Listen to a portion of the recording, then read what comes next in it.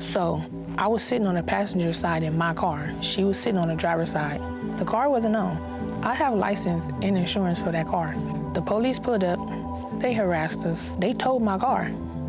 And I'm like, what did you tow my car for? It's not on. He like, well, she don't have license and she shouldn't have been sitting on your driver's side of the car. It doesn't matter. It's my car, it's not on. I have license and insurance.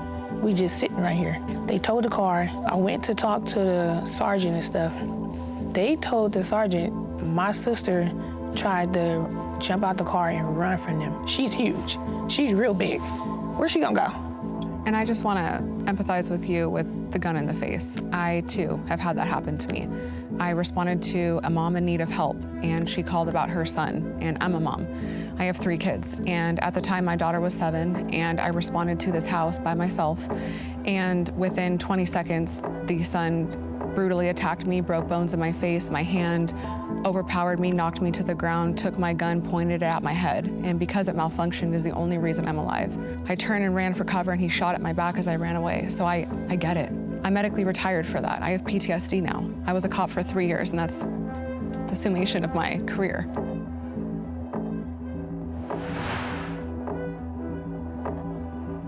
Hi, I'm Dr. Michelle Daff, host of The Bridge, a series on The Dr. Daff Show, where we bring together women from different walks of life for open, honest, and transformative conversations. Today, we're diving into one of the most complex and emotionally charged discussions yet: female police officers versus female ex-criminals. On one side, we have women who have dedicated their lives to upholding the law, navigating the challenges in law enforcement. And on the other side, we have women who have experienced life on the other side of the justice system, whether through past convictions, incarceration, or the long road to rehabilitation. This is not about conflict, it's about understanding. Crime and justice are often seen in black and white terms, but the reality is far more complex. We'll be exploring power, redemption, accountability, and whether second chances are truly possible. By the end of this conversation, perspectives may shift, assumptions may be challenged, and hopefully we will all walk away with a deeper understanding of what it means to be a woman on either side of the law. Let's get into it. Welcome, ladies. Thank you so much for being here today. Thank you for having us. Yes. The first prompt is, I fear the other side. All right, why don't you tell us a little bit about why you might feel that way about the other side? It's a power dynamic, and in my experience, that power, when it's put in the wrong place, can have dramatic effects in my life. So it's, I wrestle between fear and then lack of trust, you know, because I guess the fear comes from the lack of trust. And yeah, because if it's just black and white, I'm a domestic violence victim, domestic violence survivor. And I was fighting back. I was defending myself. So there were self-defense marks on him, so I was arrested, and that changed my life dramatically. Even how my kids were raised and in custody and visitation. But yeah, that part's scary. And because up until that point, I worked with kids. I mean, kids are my life. And after that, I could not work with kids anymore. And that was really devastating. So that fear is a constant fear. When you see another officer on the street, you kind of go back to that moment. Yeah, it's a little triggering. A little triggering. That makes sense. Yeah. What about you? Yes, very triggering. I have personal experiences. I've had a gun in my face and I didn't commit a crime at all. There was a moment where I wasn't sure if I was going to see my daughter again. So it's that plus the thousands of stories, you know, and the things that are happening to us every day. And it is a us thing, like we're all connected, so, and it's very effective. When you say us, who are you referring to? Criminals and black people, unfortunately, it's the truth. Understand?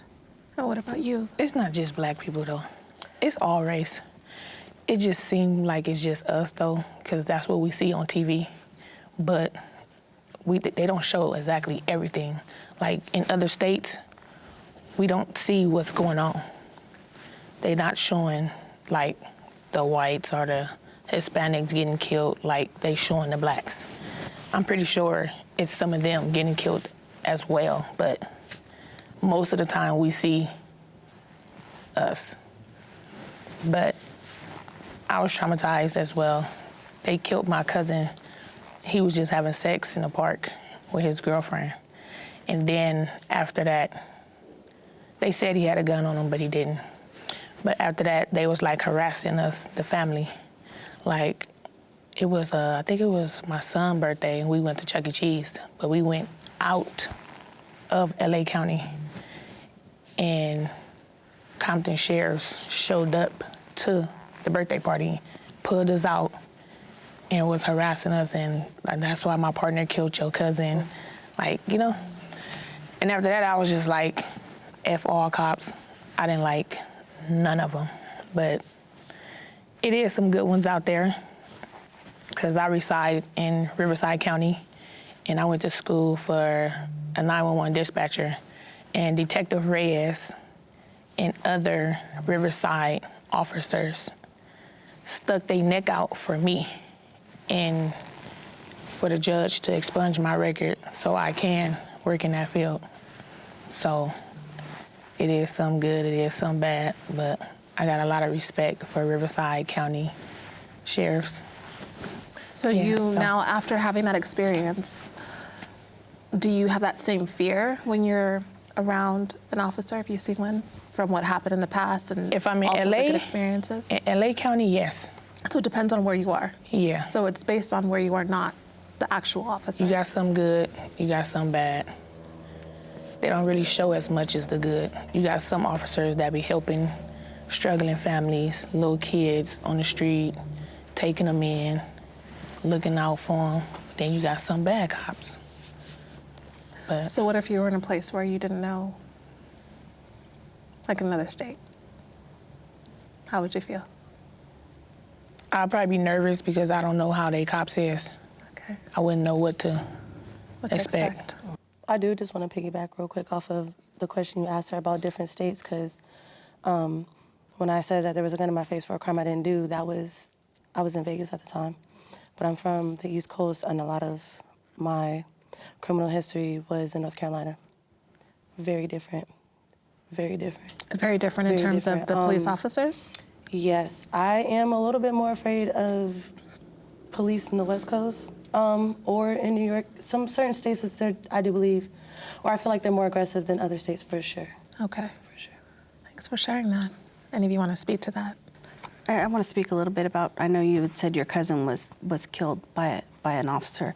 And I, as an officer myself, I can feel the heartache for her and the heartbreak, because on the same side, we lose them as well. And where I'm from, where I work at, we've lost 2 within 2 years from homicides, shot and killed. So, I mean, it's heartbreaking on both sides. And honestly, most of the time it shouldn't happen. Thank you for sharing. And I just want to empathize with you with the gun in the face. I, too, have had that happen to me. I responded to a mom in need of help, and she called about her son, and I'm a mom.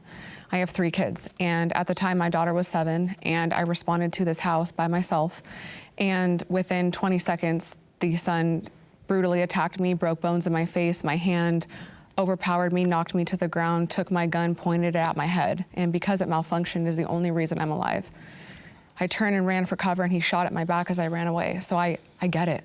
And I'm getting emotional because I know what that feels like. And it's never okay for somebody to feel traumatized. I'm medically retired for that. I have PTSD now. I was a cop for 3 years, and that's the summation of my career, was that moment. And I feel you. And we both have tears in our eyes because we know what that feels like.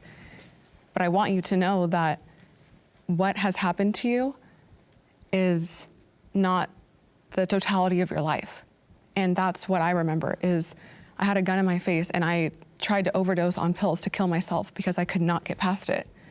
And then I said, this doesn't make me me. This is not the rest of my life. Look at what else I've done. Look at what else I can do. So I'm not trying to preach to you. I just want you to feel that because I know what it feels like and it's real. The trauma is real. So don't ever let anybody take that from you. One of the ladies talked about police violence and how they feel sometimes that they're harassed and the statistics that are shown on TV. What would you officers say in terms of whether or not police violence is blown out of proportion in the media?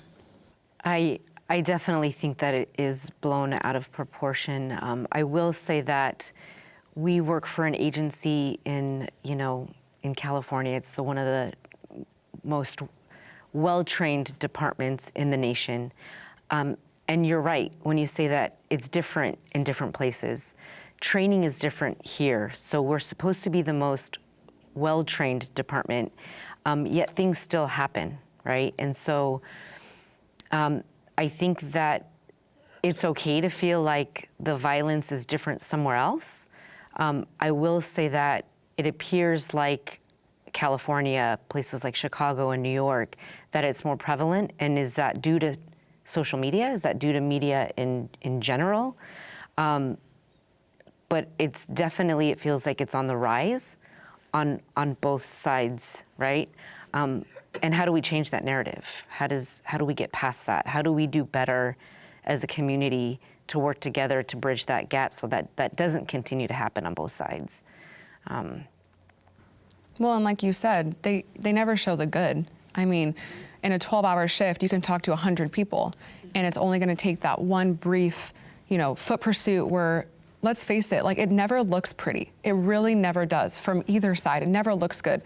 But the media, they say if it bleeds, it leads for a reason, because they're not going to show us, performing CPR on a baby that we pulled out of a bathtub or, rescuing somebody from a house fire. They're going to show the parts that look bad because that's what is going to get the clicks and the leads. And, I can understand why it looks like all police encounters are bad, but I promise you, we deal with hundreds and hundreds of people every single day that we can all sit here and probably name people who have been involved in high-profile causes of death or, assaults, but I guarantee you could not name one cop who ran into a, house fire and pulled somebody out or, performed CPR on a baby, because that's just not what is sensationalized, but it does happen all the time. And I think if you're in the city, like I'm from Pasadena, and I can appreciate what you said, the 2 murders, the 2 homicides in 2 years.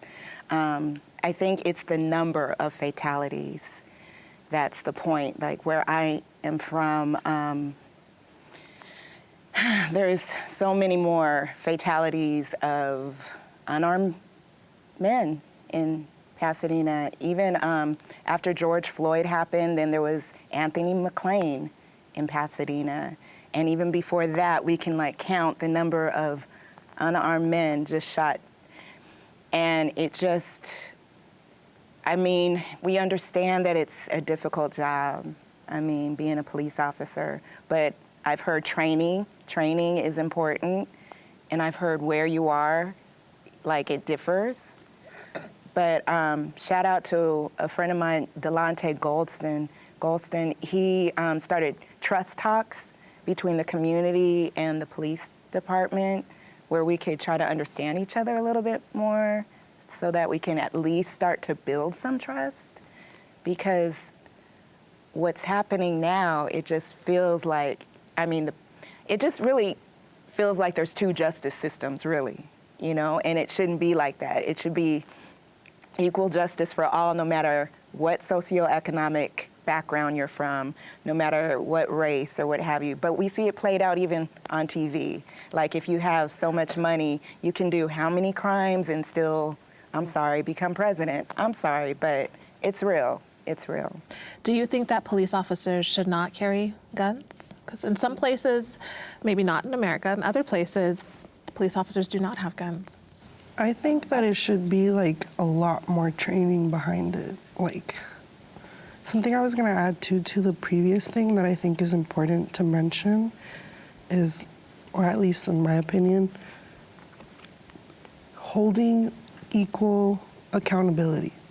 I think that could help a lot with not only trusting officers, but also vice versa. Can you explain what you mean by that?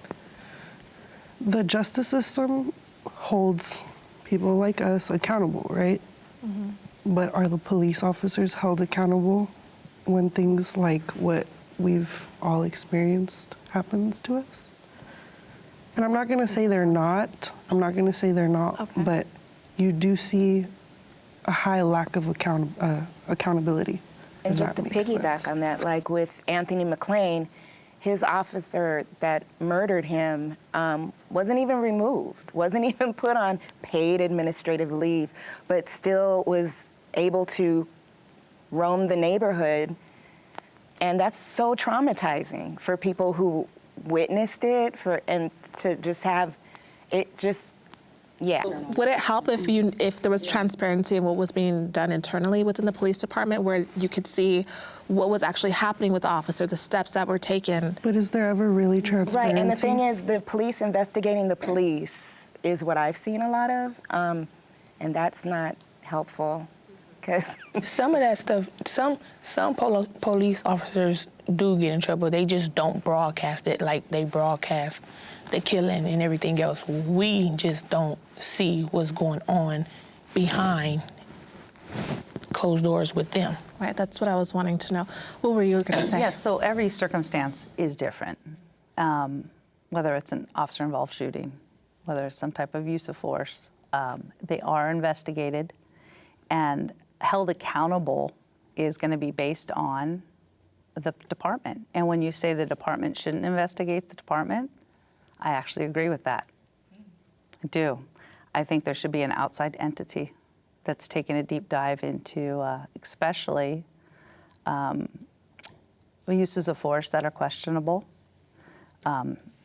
where and it does happen. There's an Attorney General's office and so where it is publicized and placed out there, whether it's through a body-worn camera or other video footage, and take a deep dive into that investigation. Pull those officers from that field, from their duty. Doesn't mean you're disciplining them right then, right? Let's conduct that thorough investigation, because I think that's where we're losing that trust.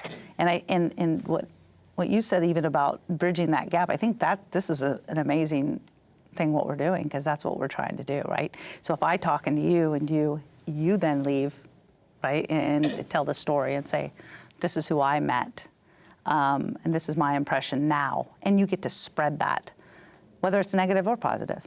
But to get back to holding someone accountable, 100% it should happen. Does it happen? And sometimes they don't turn that body cam on. So certain agencies have that policy in place, they're supposed to turn it on, because in San Bernardino County, me and my sister, I was at my sister's house, and we was sitting outside. She was talking to her boyfriend. His brother just got killed. So I was sitting on the passenger side in my car. She was sitting on the driver's side. The car wasn't on. I have license and insurance for that car. So the police pulled up. They harassed us. So they towed my car. And I'm like, what did you tow my car for? It's not on. He like, well, she don't have license and she shouldn't have been sitting on your driver's side of the car. It doesn't matter. It's my car. It's not on. I have license and insurance. We just sitting right here. They towed the car. I went to talk to the sergeant and stuff. They told the sergeant my sister tried to jump out the car and run from them. She's huge. She's real big. Where's she gonna go? She can't run from y'all. I'm like, can y'all show the camera? He like, oh, well, they not here right now. And they just gave me like a bull crap story, and it was just a lot. And we hear about immunity, for police officers, and it's like, well, dang, more? It's like more immunity. But I just wanted to add one thing, and I agree, the criminal justice system is beyond broken. The suspect that tried to kill me, it was on camera. You can clearly see him pulling the trigger, shooting at my back. He admitted it 3 separate times, and he was acquitted. He was set free. And now I fight for an equal justice system because it's not fair. And one thing that we need to keep in mind is we do the groundwork and it goes to the district attorney's office, and then it goes to them to prosecute, and then it goes to the judge for sentencing. So it may look like we are the ones that are letting them go, but we are just doing the report and the footwork. And a problem is the judges. The judges are the ones that are letting people go, where they're getting credit for time served, or they have ulterior motives. And there was just a Riverside deputy who, his department did their job. They arrested him. He was found with fentanyl pills, like hundreds of thousands of fentanyl pills. And they were very outspoken. They said, he is not going to work for our department. The judge they gave him credit for time served, even though he was found guilty. So we are holding our people accountable, but it may be going to the next level where they're not. So it's not necessarily the police, and good cops will be the first ones to out the bad. You know, we have special protections for whistleblower protection, because we are the ones that are going saying, hey, this person's doing this person's doing that. But the elected officials have immunity as well. The judges have immunity, the prosecutors have immunity. So we need to make sure that we're speaking for those people as well, to hold them accountable, because at the end of the day, we can only do so much. And I'll say that none of us here ever want to sit next to one of those bad cops in a police vehicle, right? We don't ever want to respond to a call with a partner who is not doing the right thing, because what happens to us in the end, right? And so, like she said, she talks about whistleblower. If you see something, I can tell you that any one of us here don't want to be partners with those kind of people. We don't want to be associated with them. So what do you do when you see a fellow officer do something they're not supposed to? So that's a really great question, and I can tell you that from experience personally, that I have worked with some really good people. I have never been in a situation where I questioned their tactics, where I questioned what they were doing. So I've been fortunate enough to not be put in that situation. I might not like the person, but there was no excess force or nothing that I felt like I needed to report. But we do come from a department where if that is reported, they do take it very seriously. And we don't ever want to get in trouble for not reporting something. And so I think that's really important to note. Because you hear oftentimes that the police department is like a brotherhood, a fraternity, or sisterhood. And so it's like, no matter what, we keep this in the family, right? It's not that way. It's not. I was just going to say, if, like she said, if you see someone do something that they're not supposed to do, that's out of policy, and you don't say anything, you're in trouble just as much as that person that did the thing. So it's important for us, if we do see those things, that we voice that. So have you guys ever seen anything you didn't like from a fellow again, officer? for me personally, honestly, I have never seen something that where I've been like, oh my God, I have to say something, right? And maybe that's just me. I've been very fortunate, to not have that. And I'm glad. I don't want to ever be in that position, because that's a difficult position, right? Because now I'll be honest, you have to worry about retaliation. Yeah. And there's retaliation in police departments, 100%, because we are people, right? And people do those things. So I know I don't, and I'm sure the rest of you all don't want to be in that position where now you have to make that decision like, oh my God, if I say something, now am I going to be blacklisted for promotions, for everything else that follows that, so. It's just crazy because I work for a nonprofit that deals with formerly incarcerated and currently incarcerated. And I've talked to a lot of POs, or just officers, and I ask them that question a lot, and it's very rare. I think maybe one or two have said, oh yeah, but if you talk to all the people, like the formerly incarcerated, we've all seen and had experiences to sometimes even very, very traumatic, to where it's like, do officers behave differently amongst each other? Or are they very careful? Or why is it that we see it and then the officers amongst each other don't really see that often? I think it's different for us because you don't know our policies, right? Or our use of force policies. What you may think is excessive, it may not be based on our use of force policy. You just may not understand. And I'll give a perfect example. It actually happened to me before I was an officer. I got pulled over on a traffic stop. I remember I had a hoodie on, it was late at night, and I was speeding 100%, right? I was smashing. And I remember getting pulled over, and I have all these lights, and there's people everywhere. There's probably about 6 cars, and I'm going to the gym. I'm wondering what's going on. And in that moment, Honestly, I thought I was getting pulled over because I was black. This is before I became an officer. Fast forward maybe, I don't know, 3-4 months later, I'm in the academy, and they're teaching us traffic stops.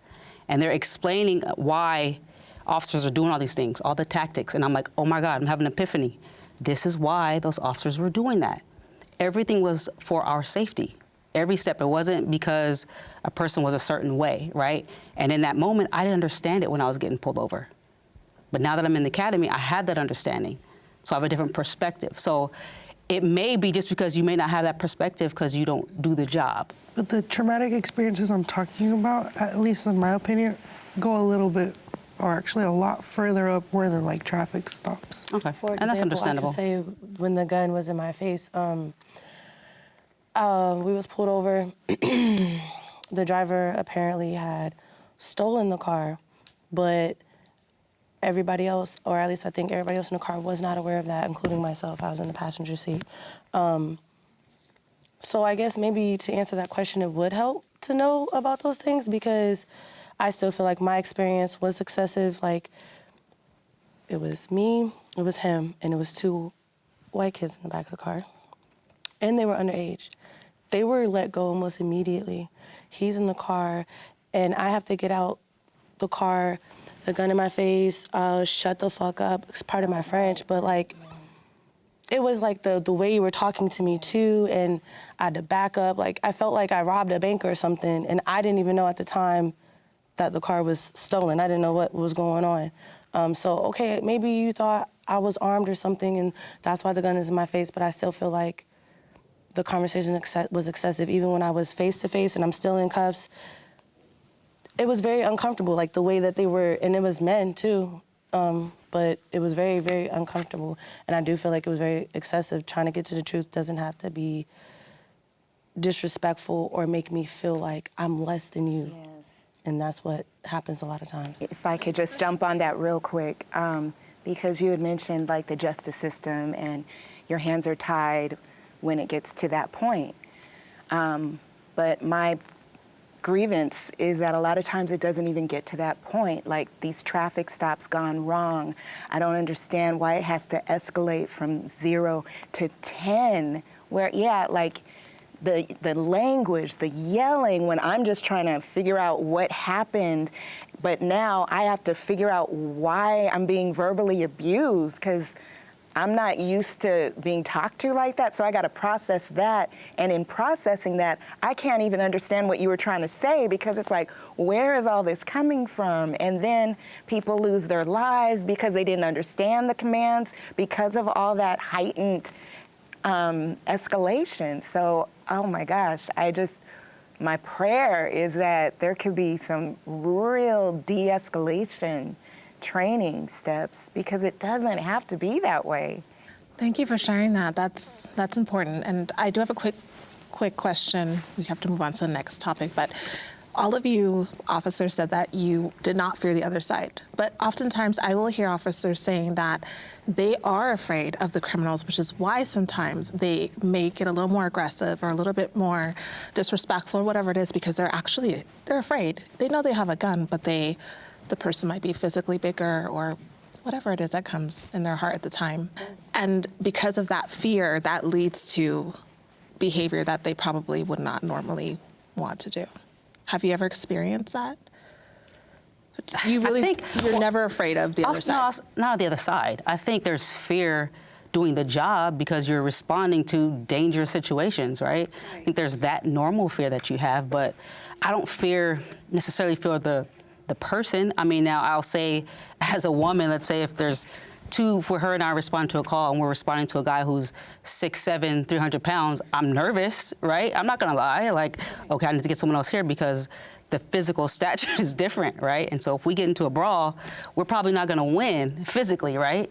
So I don't think I have a fear of them or whoever it is that I'm, coming in contact with. There's a natural fear of the job just because what we're exposed to, at least for me. And I think there may be more fear in different types of calls. I mean, if you have an armed subject armed with a gun, that's already assaulted someone else, it's gonna be a different level of fear. Hi, loves. It's me again, Dr. Michelle Daff. We've really been enjoying producing these meaningful conversations on the Dr. Daff Show. However, they are very costly to produce with our large team, equipment, audio, studio, and cast, and everything else that goes on behind the scenes. If you've been enjoying these thought-provoking conversations and want to support what we're doing here, I would love for you to check out my fragrance brand, Fine Forever. Fine Forever is more than just a fragrance brand. It is a celebration of faith, purpose, and beauty. Currently have 3 signature scents, each inspired by a unique Bible scripture, and has with its own story and meaning. First, we have 2911, inspired by the scripture Jeremiah 29:11. It is a delicate yet vibrant fragrance that combines lush florals with soft, sweet undertones.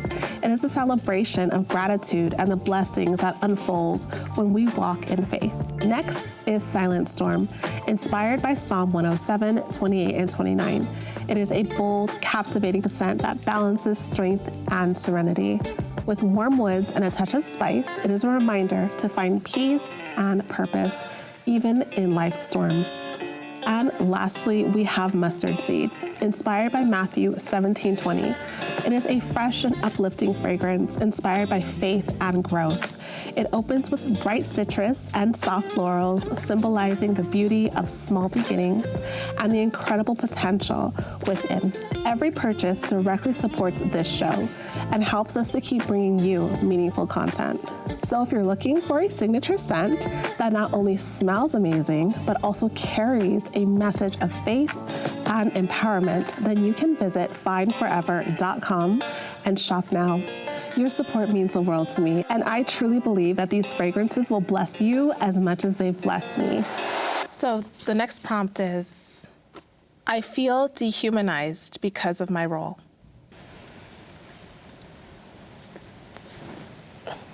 Okay. Let's hear from you, honey. You feel dehumanized because of the label that you have, or maybe give me an example of something you feel dehumanized of. Well, once you get a record and you get pulled over and they run your name, they judge you off of that. So how do people treat you once they realize badly? That you have? They don't treat you. I ain't never got treated right. Just because of the mistakes I have done in my past. So yeah, once they run your name and see who you are or who your family is, because I always got treated badly because of my family too, because of the gang they in, and yeah, I done been to the station. They pulled up my granny house. Oh, such and such is your uncle or your dad or such and such. Then they get in a huddle. Then they want to get to yelling, and okay, just because that's my family members don't mean I have done what they did, or whatever the case may be, or the people I chose to hang around. So, can we use that same perspective for maybe us? You know, like just because there was a police officer that maybe did something wrong 5 states away doesn't mean that I would ever act like he or she did. But immediately when you enter a business or you get out of a car or even just driving down the street, like I would get people flipping me off, yelling at me, screaming obscenities at me just because I'm driving down the street. And it's like, I don't feel dehumanized because I can empathize with people for having a negative connotation. I get it, I do. Growing up as a child, I had family members who were in bad situations with the police, and I saw it as a child, like, why are they immediately so aggressive? But like she was saying, I see it from a different point because we spent months and months and months, hundreds of hours of training and understanding it. But to your point of like, just because, you know, my family has a background, well, it's not a family, right? Like, I don't want to say we're a family because we all have our own families at home, but you get put into this box of all cops are bad, you know, ACAB, all cops are bastards. And it's like, I'm just trying to do my job. Like, I'm trying to go home to my babies too, but we're immediately categorized as horrible people. To speak into that, and also your question, I'll just like join them. But I used to be one of those people, every time I saw a cop car, I mean, I'll wait till they're not like looking, but I'll, I might flick them off or something, but it's just the natural fear, because you're right, not all cops are bad. But I've always said, as a whole, it's F them. If my best friend's dad is a cop, while he at work, when he goes, but we having a sleepover or whatever, Mr. John, as long as he's treated me like, I should be. So, and you don't know if you're a good cop or you're a good cop or you're a good cop until it's too late. You know what I'm saying? So, as you guys can understand, we're automatically pre-defensive, especially if something has happened to us personally that was traumatic, not just our family, but that also does happen a lot when you are just associated to a family member or somebody else. It affects you. You don't have to do nothing to be affected by that, and that does come from hate. So again, not every cop hates, but there are a lot of hateful officers. And so I think there's a lot of hateful people in right. general on both sides. And they take advantage of the fact that they can't get that job. But to dehumanize, and speaking of that, yeah, ever since I became a felon, it just makes things hard. People do look at you differently. They do treat you differently. Police, most of them, they expect you to fail again. I feel like almost immediately when I'm out of court, it's like, she'll be back or he'll be back, and they want that. I feel like they expect that. Maybe not they want that, but they expect that, they assume that. So that's the energy they give off. Not to mention it's harder to get a house or a job. Doesn't matter if you're a female, a single mom, a single dad. Once you did that one bad thing, or that one bad thing led to a label that you unfortunately have to carry for the rest of your life. Can I ask a question? And I'm not questioning the way you feel. Do you think you're consistently feeling that way because you have taken on that mindset and that belief and expecting that? No, because I really do try. I hate once a criminal, always a criminal, once an addict, always an addict. So I try not to. I fight hard to show that I'm more or different.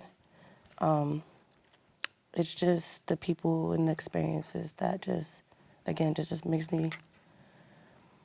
I believe what I believe because of what happened to me. You know what I'm saying? So it's like. I think that becomes difficult for us to try to help change that for you, right? And so I'll tell you, to answer that question, I even have friends that will say like, oh, she's a cop, but she's a good one. And that's what I don't want to be labeled as a cop or a good one.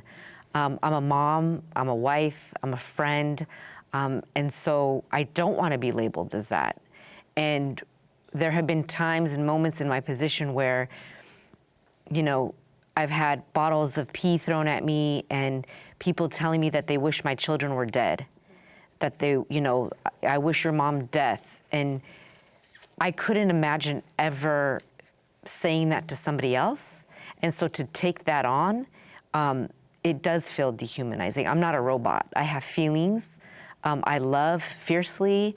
I care, not just about, my fellow officers, but about people in general, about humankind, So it's difficult, I think. What made you want to be a police officer?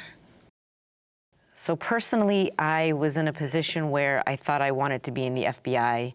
I knew that entailed something more than I was capable of, traveling. And I wanted something to give back, and I wanted to help. I didn't really know what I was getting myself into. And I ended up finding it very fulfilling, because there have been good times on this department where I've been able to help and give back to the community, to bridge gap, to mentor children, and to work with victims. And so it is very fulfilling for me, and that's what I get joy out of. And so it might not have initially been the career path that I chose, but I felt, I fell into it for a reason. Thank you for sharing. I actually want to ask you that question too. What made you want to be a police officer? Talking to me? Well, yeah. Me? Okay, so my uncle was an officer, and I used to think it was the greatest thing on earth since I was a young kid. And I like helping people. I really, really, truly do. I mean, if you just help just that one person, that feeling, I can't explain it. I really can't, because honestly, most of the people that we coming into contact with, it's the worst day of their life. These calls we go to, it's the very worst day of their life. And to be there to help them, it's extremely fulfilling. It really, really is.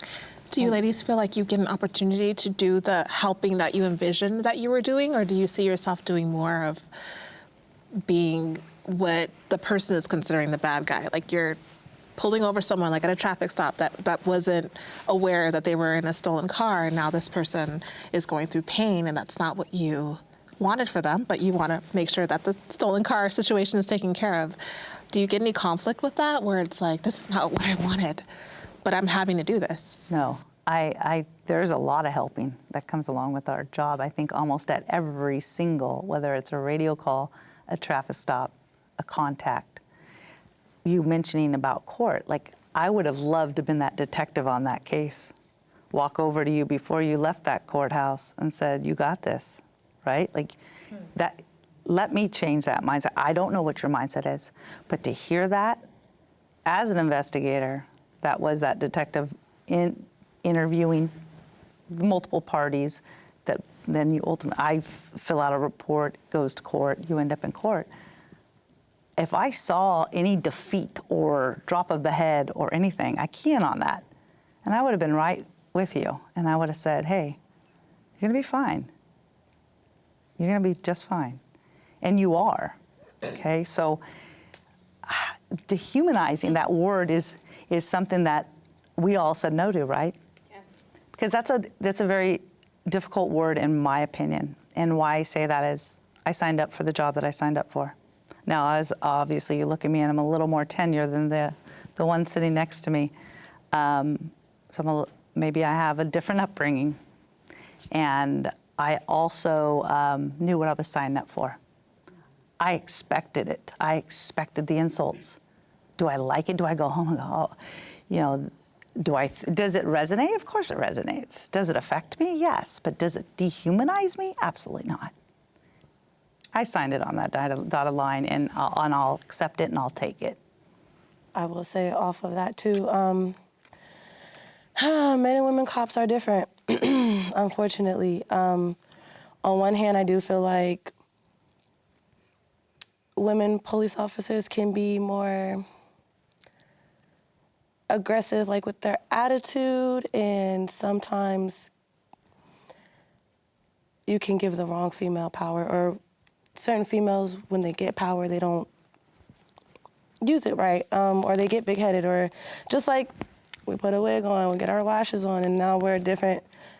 And I get that, but to a certain extent. But my most traumatic situations, unfortunately, were with men cops. So I can't, you said, and I'm just fine. And I can't agree. Like, I still am very traumatized by that situation. And it's not just the gun in my face and the words, it was how each of us individually was treated very differently in that situation.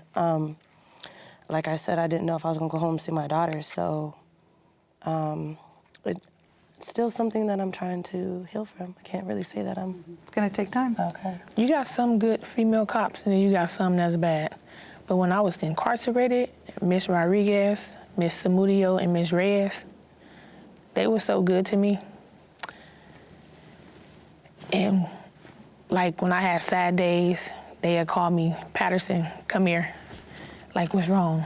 Or they'd uplift me and like, you know, I ain't gonna say too much, but they'd uplift me, you know.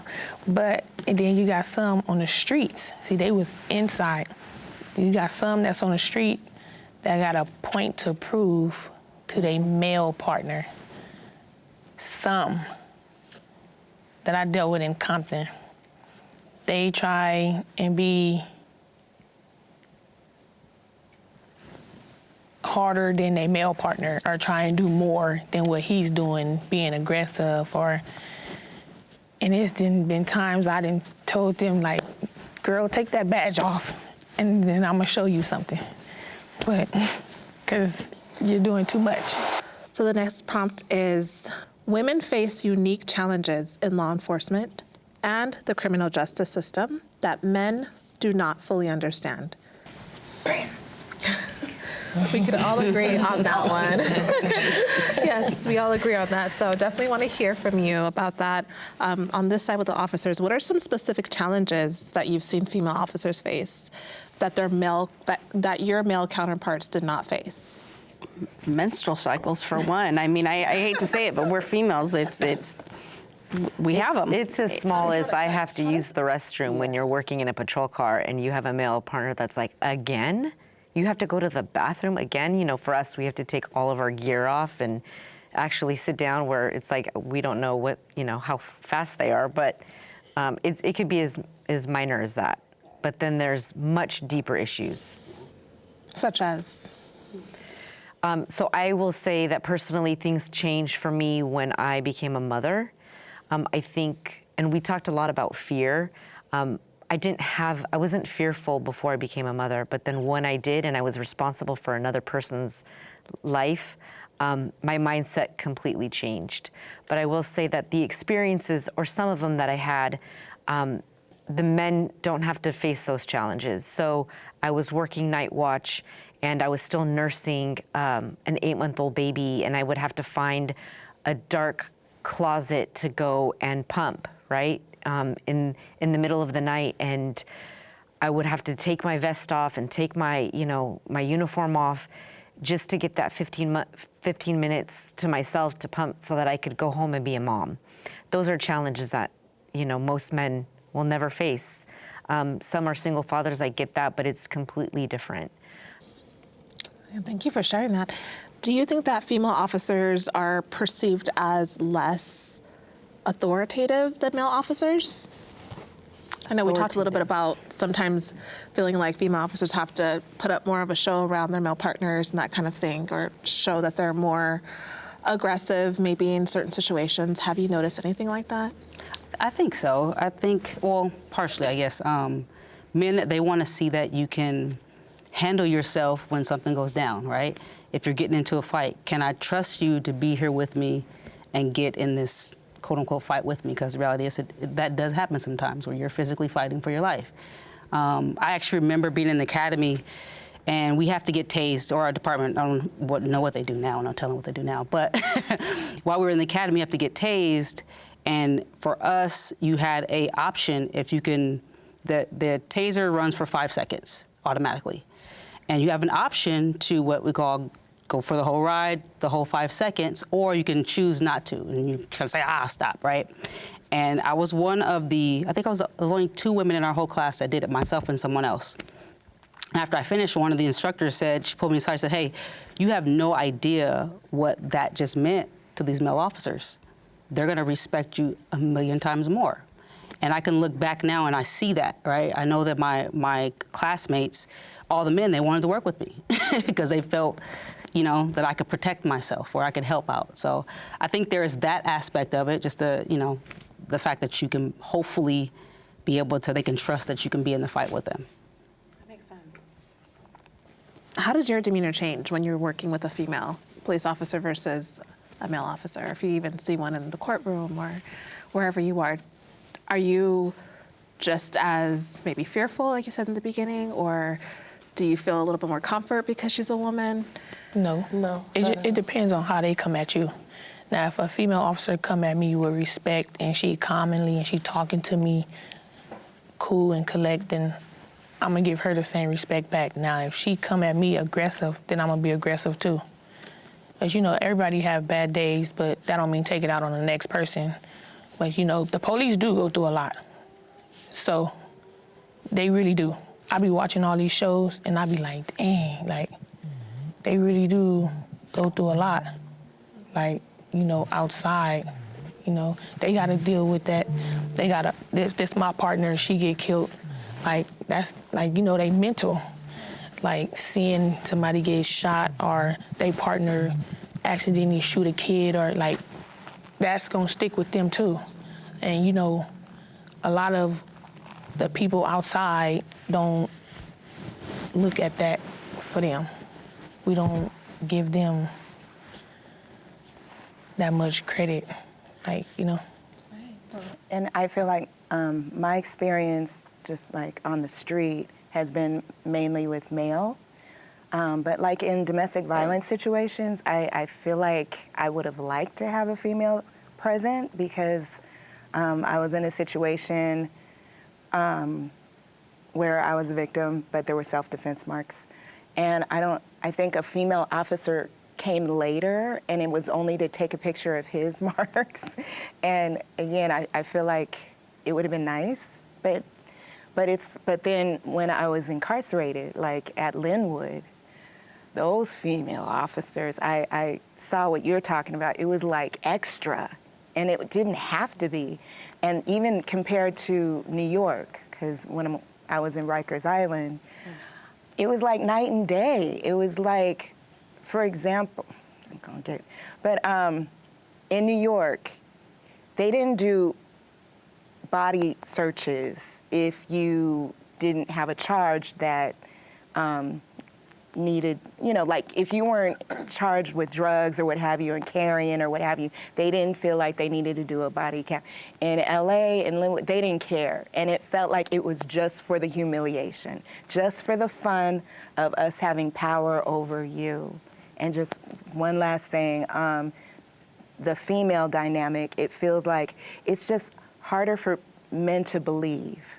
And that's just been my experience with male officers, like just belittling the pain or whatever injury is happening, even in court, to where the judges like don't really believe you. Like there's like a feeling of serious misogyny, even with your paid attorneys that are male. It's like I've had the experience where they were supposed to be on my side, but then as the case went on, they were like siding with the other side. And I was like, wow. And yeah, it's real. Well, some of the lady officers in the Linwood jail, they are aggressive and they are trying to prove a point to the man. Then you got some that's good, like the ones I named. But the reason why they do them searches, even if you don't come in there for drugs, is because if she come in there for a robbery, they still gonna do the search because she could still bring drugs and sell it. So that's why they gonna continue.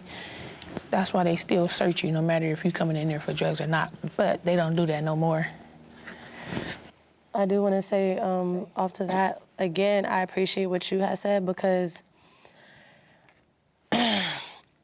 everybody can see what you see. Like if you notice the trauma or somebody's feeling a certain way, they see it, they have to care about it. And you care, but most people won't, and to what they're saying too. It's two completely different dynamics in my experience from the women outside and the women inside. When I was incarcerated, I had COs, Miss Haney, Miss Wallard, I had Sue Tara, and some I still talk to outside to this day who really care. You know what I'm saying? We had COs who would bring in clothes to people who couldn't afford, even though they weren't supposed to. Or I had a CEO who really talked to me about my situation and my case, got to learn me for me, why I did what I did, what was going on, and gave me real advice and was real, like, about everything, and I appreciate that. But I can also say the way that the men treated me, because we saw like a male lieutenant, female blocks have females, but I was on PC for a while and it was supposed to be for my protection, and even in that situation, I felt very dehumanized. I felt like... You were on PC? Mm-hmm, yeah. PC? Okay, so PC is protective custody. Okay. And pretty much that just means you are separated from other people. Okay. Like, were you in the hole? No, so like, okay. where we in the jail we have is 2 female blocks and then a whole bunch of male blocks. So I was still on the block, but when everybody else is out, I couldn't come out. I can only come out for an hour, actually, and that's, I'm in my cell for 24 hours. 23 hours, and I only get an hour to shower and Oh. and make my phone calls and do whatever. And when it's feeding time, I have to eat it in my cell. But it's for your safety, right? It's for your protection. For your protection? No, their so Wait a minute. Why is she laughing? I don't know. Because the way she said it, I'm on PC. I think That's she might know why a she little started something. laughing. I was put on PC because after I got into a fight. Okay, so you're in jail, you're gonna get into a fight with people. I got into one fight, and her roommate would threaten me like the whole time I'm on like my little lockdown from the fight. Oh, as soon as you come off this lockdown, I'm gonna beat you up. Da, da, da. My last day of it, they come in the room and they're like, "What's going on?" Blase, blase. They made me feel like they were like looking out for me, but then that immediately was like, "Oh, we're just gonna put you on PC to protect you from the roommate," when she could have just went on another block or something. And a lot of the things that I experienced while on PC was, I felt like unfair, is the word I'll use. Like a what? I'm sorry. Unfair. Unfair. So it stands for protective custody. Right. Yeah. So we do it to protect you from others. And your situation I don't know, but yeah. Because usually when you're on PC, you did something, like you did something like, okay, when you go to jail, you're on PC, you're like a child molester or something, and they're trying to protect you from the block, because, like stuff like that, you know what I'm saying? Usually when girls get into fights, especially in our jail, you get into a fight, you get on your little 20-day, and then y'all separate and cool. My case wasn't like that, but also this was my second time going back. So when you go back to a certain jail too, they also will treat you different because, oh, you're back again, you're always gonna come back, oh, you're gonna be that kind of criminal. The next prompt is, are certain crimes sometimes justifiable? Okay, let's hear from someone who hasn't spoken a whole lot here. Who would like to answer this question? Well, there's justifiable homicide. That's actually the section. And what does that look like? Self-defense. Okay. I think, like there's some times where shoplifting or petty theft, like there's been times where Walmart has called and the mom is shoplifting diapers. Am I going to exacerbate the problem by taking her to jail or, calling CPS for the kids? No.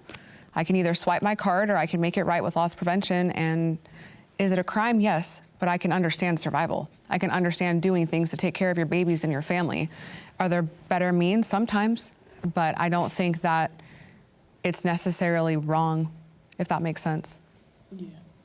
Do you ever feel conflicted when there's a crime that you think is justifiable, but you have to pursue it? Well, I just wanted to mention one thing, and I know it's neither here nor there now, but domestic violence, for example. California state law, that's an automatic arrest. We don't have a choice. So we can operate, some things are spirit of the law, letter of the law. If I pull you over for going 60 and a 45, but your mom just went to the ER, like, okay, just don't do it next time. There's some crimes where we have to make an arrest. And there's some times with domestic violence where he said, she said, I have to arrest both of you. California does not give me any other reason to not. And that's my thing. We both weren't arrested. That's what I probably would have rathered. Like, if there was a question, take both of us. Yeah. But if you just take, but. And I just wanted to bring that up because sometimes people don't know. They're like, wait, I called and I'm going to jail. And it's like, I know that doesn't always make sense, and that's why we do a further investigation and we talk to more people and do things, but California doesn't give us leeway. It's, you have to make an arrest. Especially after OJ. That's exactly 100% right. I have because a of show OJ. about it. So tell us a little bit about the situation that you're in, if you're comfortable with it. You felt justified with the crime that you committed because why? Because the first time, I was fighting for my life. I should not be here. I should be dead. I was in a chokehold, stranglehold, whatever you want to call it. And I literally heard the voice of God tell me what to do to get out of it. And it involved a bite. And I thank God that I was able to do that bite because he was able to release. But then I called the police, and I was told by the police if I didn't feel safe waiting, wait outside the house. And unbeknownst to me, while I was outside, he called as well. And he is white. And he had self-defense marks on him.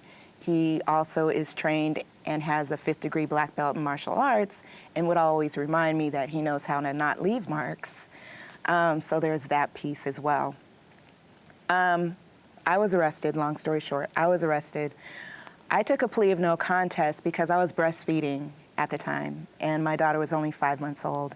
I had never been away from her longer than, well, anyway. So I took the plea of no contest and got bad information from my public defender at the time.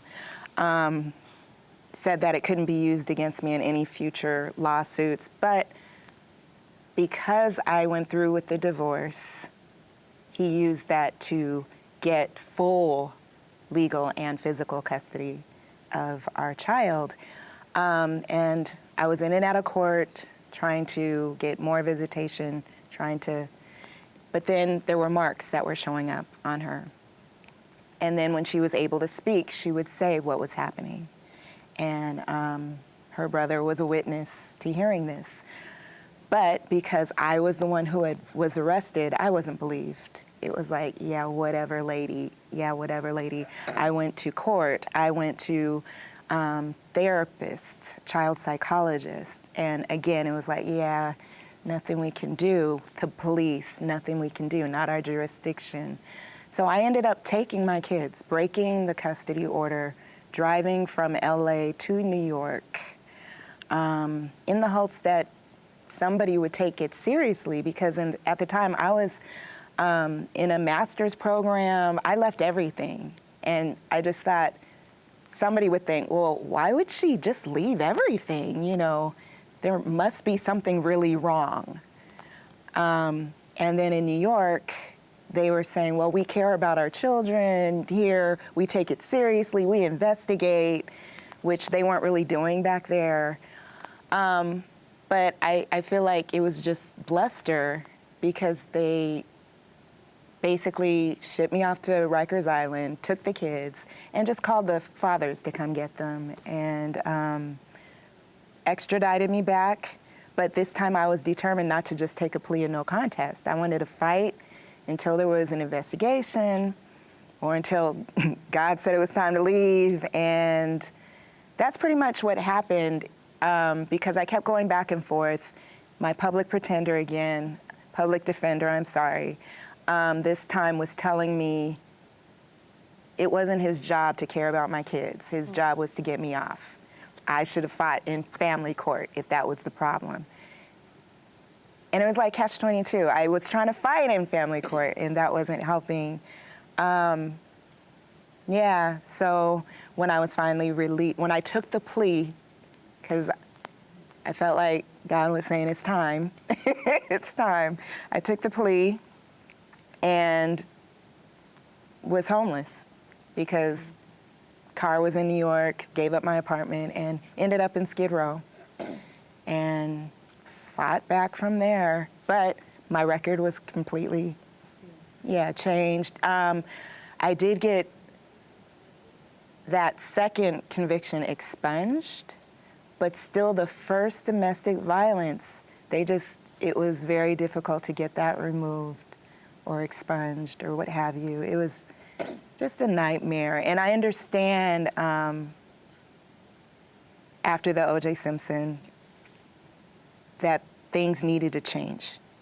So right now, I'm with a coalition, Domestic Violence and Homeless Services Coalition, and we fight for legislation, that will be more protecting of the victims and helping. And I'm glad to see that some of the legislation is being passed. I don't know if it's being enforced, but it was just feeling like in the courts, they kind of overcorrected to the way that a lot of the mothers were ending up in jail or losing custody behind these laws in place. Thank you for sharing that. Thank you. That's heavy, and it's complicated. Yeah. Hearing so many stories from different people in different situations, do you find it easy or difficult as officers to have compassion? Or, I mean, you hear so many stories, and sometimes it does seem that people do sometimes it does seem that people are able to justify why they did what they did. Not all the time, but sometimes. As an officer, someone who's dealing with this all the time, do you find yourself having compassion, or does it just sound sometimes like just another story? Honestly. I think on occasion there are times when yeah, there is compassion. I mean, I know personally I've worked with some kids in the past that were, you know, not doing the right things at the time. And there's a couple to this day I still talk to, and they straightened out their lives. I mean, they're people just like you and I. I mean, it's just, they just made a bad decision or two, you know? Do you think that once a criminal, always a criminal? Absolutely not. No? What about you, ladies? Do you think once you're a criminal, you're always going to be that way? Not all the time. Do you think that people are products of their environment? Or do you think that it's something that's, you know, more so their choices?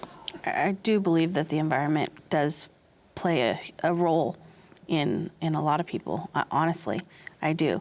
I mean, if you have some kids that from the time they can learn to walk, you know, they're in an environment where maybe their parents are having them do stuff that's against the law.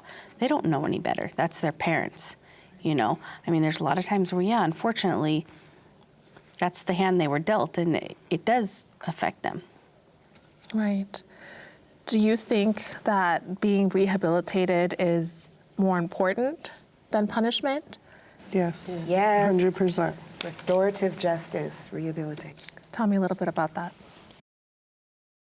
So, the nonprofit that I work for is actually the only place that would give me a job after I got out of prison.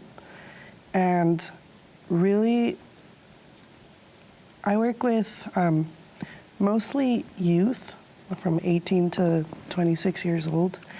And I hear all their stories, like from their backgrounds, like stuff that you're saying. And seeing how bad they just want somebody to believe in them, to like, hey, you got this. Like, I've been told so many times, and I'm only 26, so I'm right around their ages, but it's like, wow, like, you're the first person in my life to tell me, like, hey, you're doing good, or what do you mean you're not gonna do your homework assignment, or this or that, like, get to it. Like, it's like, why do you care about me? It's like, what? And seeing that even in adults, because this nonprofit works with from 18 to however old, people who have done from 30 days to 40 years, right? Mm-hmm. And seeing how much a little bit of faith and a small opportunity does for people, it's like, wow, you're putting people away, which I will say that I believe there are some people that do need to sit down. I was one of those. Going to prison changed my life. Like, the female officer inside, she helped me heal so many things, and man, I don't want to cry, but she changed my life. She gave me that hope and that, I don't even know what word to put to it, but she gave me that second chance, I guess you could say. And then coming home and dealing with another female officer, my probation officer from before, who was very difficult. But then going to this place and having people tell me, it's okay, like, you're gonna do good. Meeting more officers that gave me more hope and more faith of like, okay, they're not all like this one. Because sadly, when we're going through things, we just focus on that. Like, this is how everyone is. And me being like going through that stigma of felon too, it's where it's like, I was applying for jobs left and right. Oh, wait a second, you're a felon. Oh, wait, but I have all these qualifications. I speak 3 different languages. I do this, I do that. Yeah, but you're a felon. Mm-hmm. So where it's like, where's the second chance? How do you not, for me, thank God I had a few people in my life that were like, no, there's more ways. Like, this is what you're gonna do, don't give up. But for somebody else, and I deal with youth like this all the time, where it's like, I'm trying every which way to get a job, to get housing, to anything. You can't because of your record. So you're not all there in your maturity or emotional being. You're gonna say, you know what, screw it. I'm gonna go back to whatever it is that I was doing, or man, well, all these people that are saying they're here to protect me and give me a second chance, whether it's parents, law enforcement, the government, you see how, oh yeah, you got this, you're gonna be fine. Okay, I really need help me. Yeah, we'll get there eventually. To where it's like, then, oh, there he goes, committing another crime. Well, yeah, he committed another crime because he didn't know what else to do. He reached out everywhere and nobody would help him. And then the people that can help, like other coalitions or even law enforcement, there's only so much we could do. Because then there's always limits, or it's like, oh, well, he's not doing that bad, so what are we gonna do? Wait till it gets, like, it's already horrible. What are you waiting for him to kill another person, or? So to me, I'm sorry, that's like the second chance thing. We all want it, but really, how can we get it if there's so many barriers? It's completely understandable. Would any one of you like to just speak to that before we move on? I actually want to talk about, I'm hearing the connect with your COs, with some, right? I feel like in our situation, I don't want to speak for all the candidates here, but it's that I feel like a disconnect now because, and almost envious of that CO.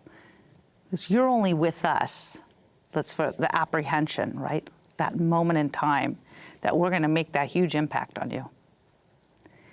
They get to spend time with you, get to know you, mentor you, build you up, support you. And you're with us for an hour, 2 hours, what, maybe 4 at the most. And so that's why I always say, capture that time we have with that arrestee. Try to make that difference right then and there. So when I hear this, it's like, I feel like a little torn because we didn't get to experience that. You're naming names, right? You have those names in your head that changed your lives somewhat, I'm assuming. Yeah, there are people that have named my name out there, and it makes me feel good when I hear it, but I'm only with them for that moment. So I'm glad that there is, I now know, and I think they're probably new to this too, maybe, that there are people in there reaching you, the COs I'm talking about. So that's great, which is the custody officers. Yeah, So. I've been for 18 months. Thank you. So ladies, thank you so much for being here and sharing. This has been so eye-opening and healing and just an important conversation. Just want to leave with some last words of things that you may want to share with one another. I would love to just hear something from you. I do want to thank you guys as well for coming and talking with us. I know it can be a little, make you a little on edge, but I hope that maybe with this conversation that we all had, that maybe in the future, that it could change your views or opinions in a little way, hopefully in a positive way, honestly. I mean, we're all females, we're all human, we're all here for a very short period of time on this earth. Yeah, so I'm going to second that right there. This is not just for the panel, but then everyone that's watching as well, that sympathize, right? Let's sympathize. Let's have a better understanding. If that means just to stop and say, let's talk, that's what we do. We need to talk and talk to one another, heart to heart, just like we did today. I also want to thank you guys, and I'm sorry that you had the bad experiences that you had, but understand that there are a lot of really, really good people that wear the uniform and the badge, and the intention is really to serve you guys. We may miss the mark sometimes, but we are human, and just to consider that, and hopefully we can do a better job to consider that with you as well. I'd like to say thank you to you for facilitating this conversation. I think that it's so important to be able to be open and honest, and I want to thank you all for allowing us to be vulnerable and sharing stories that are hard to share. We've all gone through things, and you're not alone. And I would. It's weird to say that I feel like we're all friends now. Like, I want to know more of your story. I want to hear what's happening in your life. And I wish all of you the very best. you're doing great things with what you're doing in your coalitions and your advocacy. And so don't let that, don't let your perception of the bad cops ever dim that light. So thank you. Thank you. Sweet. I don't ever want to minimize anybody's experience because that's yours to have. Ours are ours and yours are yours. But I hope we all can just remember, like, we all have the same goal. We just want to get back to our babies. Like, I just wanted to get home to my daughter that day. You wanted to get home to your daughter. So we just have to remember that we all have some type of common ground, whether it's our babies or our background or what we want to do with our lives. Like, we're more than a uniform and you're more than your record. So just try and remember, and us too, everybody, that we're more than just the external. There's people behind what we're going through. Thank you. I think I'm just going to say thank you. Thank you all for, again, being vulnerable, and that's it. I had a good time. But like I said, it's some good cops, it's some bad cops. I do appreciate Detective Reyes and Riverside sheriffs, like I said, because they stuck their neck out for me, like, far. And you don't really see that. You don't really get that from cops. So I really got something deep for Detective Reyes. So I'm glad someone was able to make that impact on you. yeah. Thank you. I do want to say thank you to you all and you all for this conversation. I think it was important. I came into this situation knowing that there are some good cops and that they're not all bad. And so I do still believe that. I also just know that when I leave here, you just don't know until you know. So I just hope, really, not about us, I just really just wish for change, like real change within y'all's people. And it's not hard for women, harder for you guys than the male cops. I just hope that we can just all be different. You can't just say y'all people. It's Y'all everybody. officers, well, It's not just everybody. officers, It's but everybody. detectives, law enforcement. It's everybody.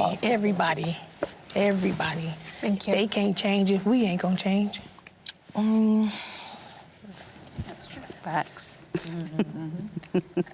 So I again want to thank you for facilitating this discussion. And I'm thankful for the positive experiences I've had with officers. And I too just wish we could just change things. And I think it all stems from seeing the humanity in each other, because those positive experiences were just as small as an officer wanting to put like waist chains on me or something, and then me just saying, is that really necessary? And then them just actually hearing me and just being like, I'm gonna be, yeah. And then just trusting me to not deserve waist chains. I mean, that meant so much. And yeah, I just wish and hope that our society could just move a little bit away from the punitive stuff. Like, I feel like a lot of times we hit first and ask questions later. Like, we want to punish first with the hammer, and then I just wish it would be reverse. Maybe be curious first, and then restorative justice. That's my heart. And yeah, because we're all human. We're trying to, like you said, get through this, get back home, all that. But we want to live. We not just locked up either. Thank you so much for sharing that. Thank you, ladies, for being here today and sharing your experiences and your stories. It was a very impactful conversation, and I'm grateful. And I thank you at home for watching. Please leave a comment and let us know your thoughts on this episode. We are excited to hear back from you. Until next time, bye-bye.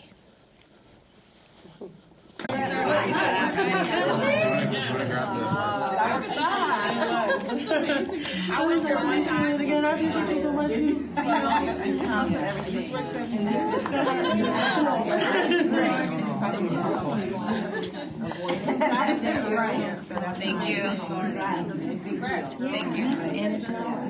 I know. Being a dispatcher. Yeah, it is. Thank you so much. I appreciate it. I'm off my room. I've been up there because I've been trying to do my ride along. Y'all all can't be in there. That's I went in there, filled out the paper, and I haven't had no call yet or nothing. Good. Like, what's going on, y'all? I see no. Look what we're doing. Yeah, of course.